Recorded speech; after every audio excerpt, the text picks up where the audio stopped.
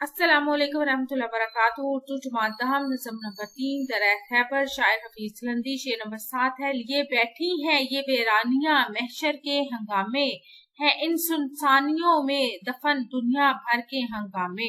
शायर हफीज लंदी ने एक तारीखी अहमियत के हामिल मुकाम दरा खैबर का जिक्र इस नज़म में किया है। दरा खैबर के इन चटकल और नाहमवार और तंग इलाके में कई दास्तानें पोशीदा हैं। यहाँ बहुत सी फौजें हमलावर हुई, सदर आजम की पसपाई यहाँ से मुंसलिक है। इसी इलाके में इस अजीम हुक्मरान का गरूर जो है वो खाक में मिला। इसके अलावा ज़हीरुद्दीन बाबर ने जब हिंदुस्तान फतह करने की ठानी तो उन्होंने खैबर का रास्ता चुना, लेकिन अफरीदी इनके रास्ते में लोहे की दीवार बन गए।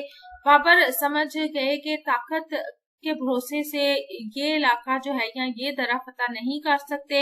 अगर कोशिश भी की तो वो सख्त गैर महफूज होगा और उन्हें शिकस्त होगी और उन्हें भारी जानी और माली नुकसान उठाना पड़ेगा। चनाचा 1519 में दोबारा खैबर को फतह करने की ठानी। इनको सख्त लड़ाई के बाद सिर्फ एक दिन अली मस्जिद में ठहरने का मौका मिला और वो जमरूद तक पहुंच गए, लेकिन पंजाब की तरफ ना बढ़े क्योंकि इनमें अफरीदी कबाइल का खौफ था कि कहीं वो इनके राह में हाइल न हो जाए। तो शायर कहते हैं कि अगरचा ये एक सुनसान इलाका है मगर बहुत सी जो दास्तानों का शोर इस इलाके में गूंजता है जो दुनिया भर में हंगामे मचाते हैं।